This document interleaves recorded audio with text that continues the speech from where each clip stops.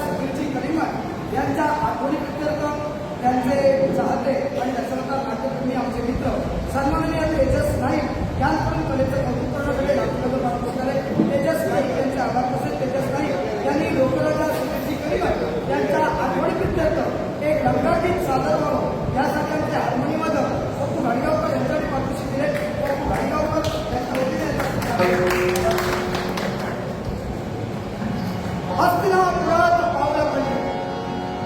प्रवेश करीत असताना माझे आत्मइष्ट या निर्णयाला व्यापून आमच्याकडे पाहू लागले. साऱ्यांना आश्वासन दिलं होतं, पण राजगादीवरच्या राजाकडून बसविलं. अर्थात त्यांची पात्रता आहे. आता पात्रता आहे की नाही हे मला पुढे गेल्यानंतरच कळलं. शिसेनवाला यावं स्वागत आहे. हस्तिनापुराचा राजकर्ता आपलं स्वागत करतोय. हस्तिनापुराचा राजकर्ता म्हणे शिसेनवाला स्वागत करतो. काय हो, काय ते? पहिल्यांदा जरा तुमची परीक्षा म्हटला तरी चालेल. तुम्ही स्वतःहून झालेले राजे की बनविलेले बनावट राजे? राजा बनविला जातो त्याच्या भक्ती राजश्री चर्चित करून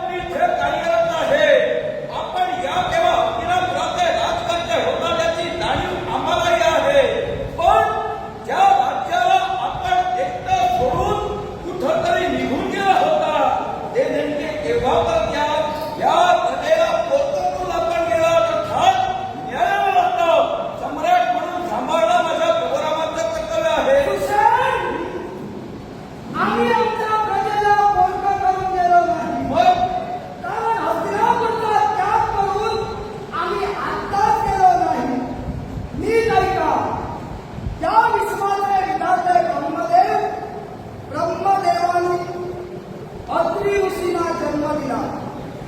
अत्रि ऋषींनी सोम ऋषींना जन्म दिला. सोम ऋषींनी आपल्या केवळ इच्छेला अनुसरून इतरत्र क्षत्रियाप्रमाणे आपलं राज्य असावं, आपण देखील क्षत्रिय धर्म स्वीकारावा म्हणून जे राज्य स्थापन केलं ते हे हस्तिनापूर. त्यांना केवळ या हस्तिनापुराचे शासक म्हणून सोम ऋषींचे राजे सोमेश्वर झाले. राजे सोमेश्वर यांचं लग्न निर्माल्य देशीचे राजे निर्माल्य यांची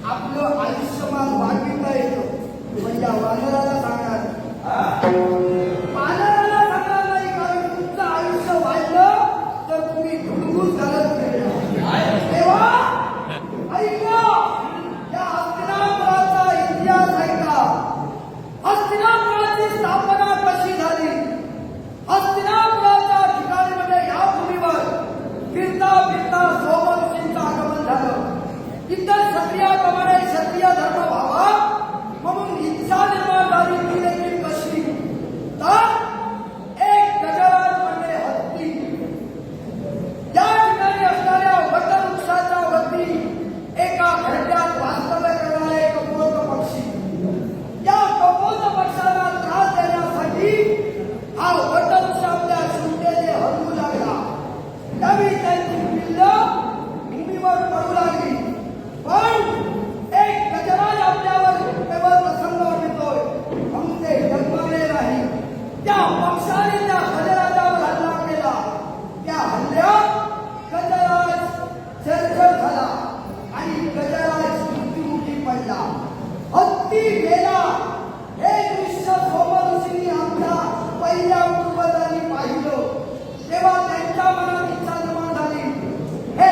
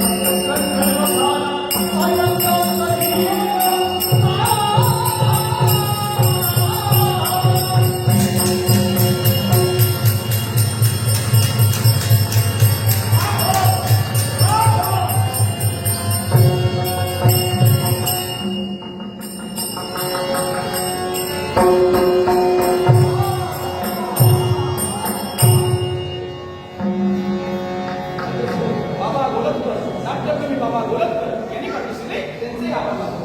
अटस्कोर सन्माननीय बाबा गोलतकर हे नाट्यप्रेमी ज्ञानपूर पक्षाचे बाबा गोलतकर यांच्या आभार अजमीर पराक्रम आमचे पाहिजे पण काय आहे आपल्याला वाटलं होतं सत्ता त्यांची आली ते कायमची तशी सत्ता कायमची ठेवणारे आम्ही नव्हे कारण त्या नाराजांनी स्वर्ग जिंकण्याची आशा मनात ठेवली ते त्यांच्या सारख्याला घाबरणारे नव्हे आमचं राज्य आम्हाला मिळालं. माझी इच्छा स्वर्ग जिंकण्याची आहे. ती मला पूर्ण करायची होती पण राजा म्हणून कुठेतरी तरुण पिढीला तरुणला राजमार्ग हवा आणि त्याची नियुक्ती आम्ही केली आणि तो कोण असेल तर सुरत आणि इरावती यांचा पुत्र अजमीर. आपल्या आशीर्वादाच्या खेळण्याकडे हस्तिनापूरचा कारभार योग्यरित्या सांभाळेल. मग शुभ मुहूर्त शुभ वेळ पाहून राज्याभिषेक केला जाईल पण हे माझ्या हातात आहे.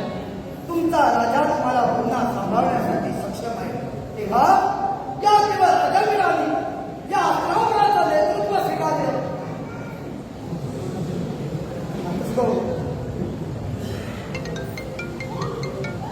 सामाजिक क्षेत्रातील एक आदर्शस्थान समाज कसा घडवायचा आणि समाजातील लोकांना न्याय मिळवून कसा द्यायचा हे त्यांच्याकडे पाहूनच प्रत्येकाने शिकावं आणि आज खऱ्या मगापासून या व्यासपीठावरून दशावताराला आलेले सुवर्णाक्षर याबद्दलची माहिती आपल्याला दिली पण त्याचा पुढाकार हा सन्माननीय ज्या साहेबांनी घेतला ते म्हणजे तुमचे आमचे सर्वांचे साहेब या शिवसेनेचे जिल्हाध्यक्ष सन्माननीय दत्ताजी सामंत साहेब.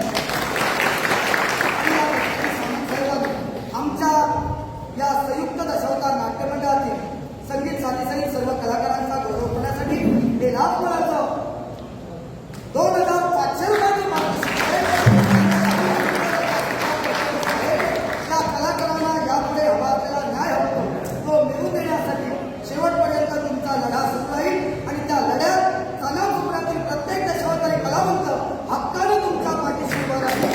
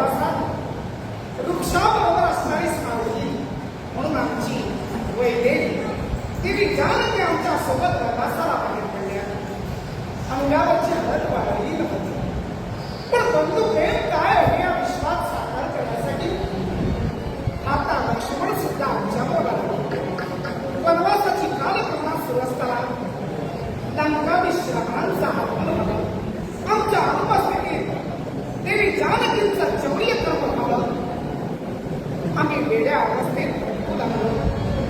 वृक्ष पाषाणाला मिठ्यावर लागलो. पण काही क्षणात नियतीच्या मनात होत्या त्या गोष्टी घडून गेल्या. वृक्ष पाषाण धरून स्वर्गलोकी गेले कारण ते गंधर्व होते. पण देवी जानकींच्या पूर्णतेसाठी 18 पद्मे वानरसेना, 56 कोटी गोलामुळं आणि 72 कोटी वीस आमच्या सहाय्याला आले.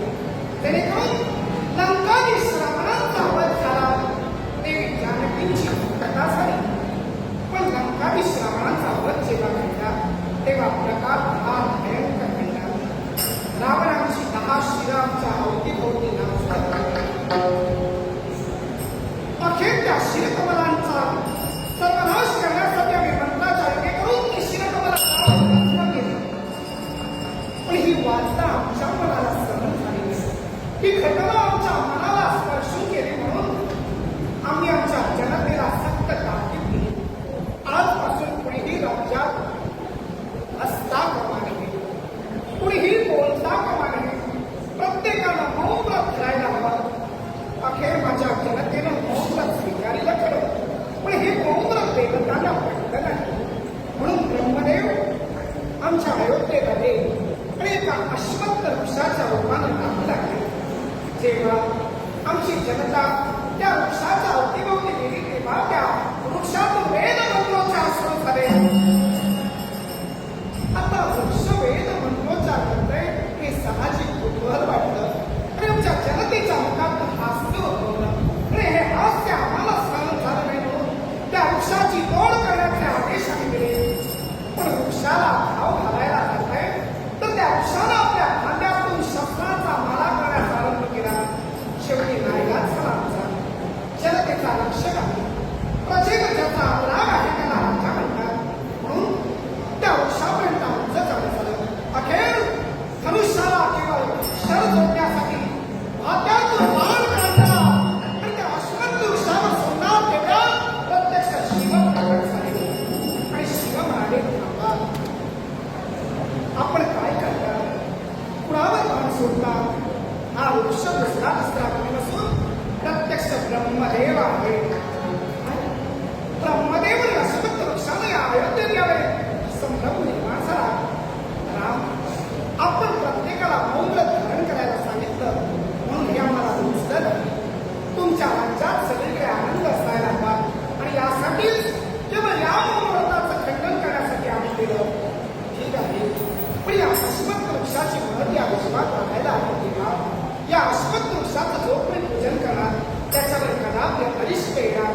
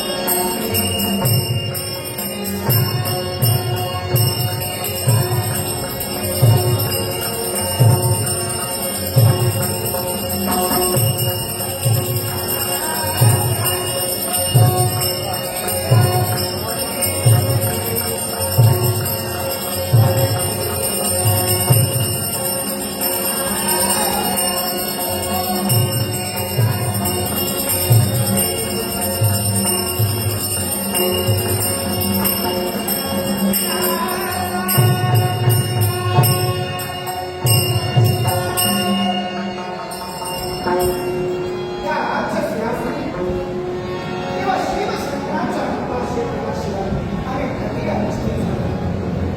खरंच या अयोध्येतील रामराज्याला आनंद झाला. माझी जनता खऱ्या अर्थानं हर्षभरीत आहे. तेव्हा काय कोणत्या गोष्टी करता येईल या अजूनही आनंद आहे.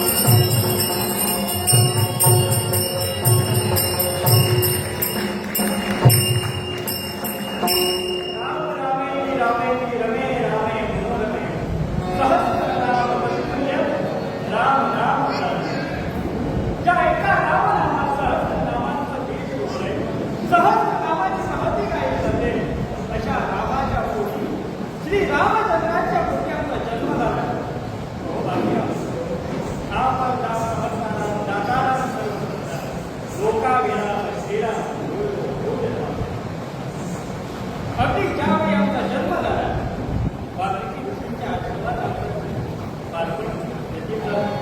बालपण व्यतीत करताना वाल्मिकी ऋषींनी रामायणाचे पाठ आम्हाला केले. रामायणाचा गायन करीत करीत या अयोध्या पुरीपर्यंत आमचं येणं झालं आणि ज्योतीने देशाची आरती आमच्याकडे घडली गेली आणि त्यात आमच्या पिताजींचा आशीर्वाद घेण्यासाठी आज माझे भाऊ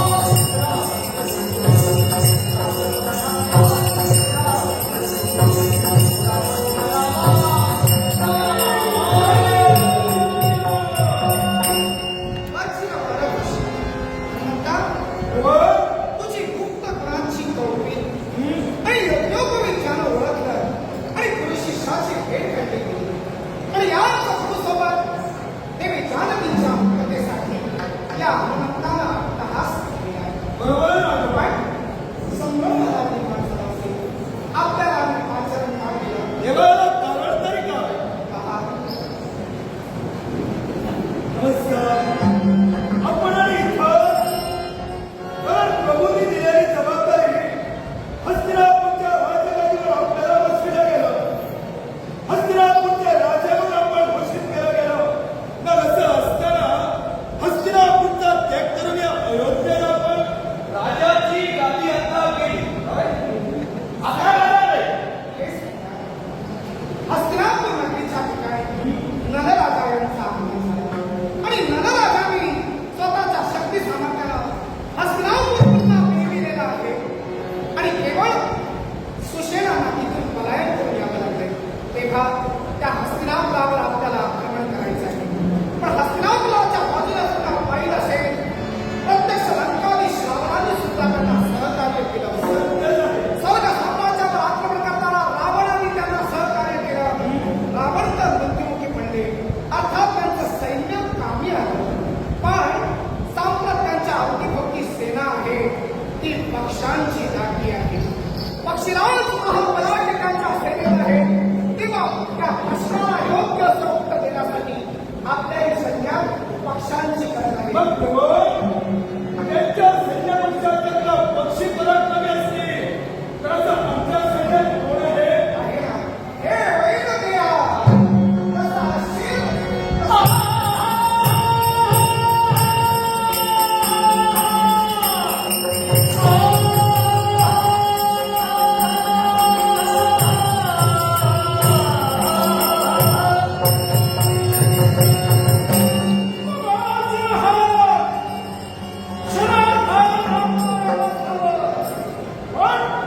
आशीर्वाद घ्यावा हेच योग्य आहे. प्रभू, आपला दास आपला पवित्र पूज्य चरणी नतमस्तक होतोय. हे वैद्यकीय. आपण त्याला नमस्कार केला पण किती झालं तरी प्रत्यक्ष वैकुंठीच्या नारायणाचं वाहन बरोबर हे आम्हाला मर्यादा पुरुषोत्तम या विषयाने म्हणते. तेव्हा ही मर्यादा उल्लंघन करण्याची आमचाही प्रयत्न आहे. आम्ही स्वीकारला पण संशोधन करणारे निर्माण होऊ लागले. या क्षणी काळाचा संकट कामात निर्माण झालाय. रामसेनेला आपल्या सहकार्याची गरज आहे. आहे माझा सहकार्य सामान मला आहे. हस्तिनापूरचं साम्राज्य ज्याच्यावर विराटच्या अंशाला होतं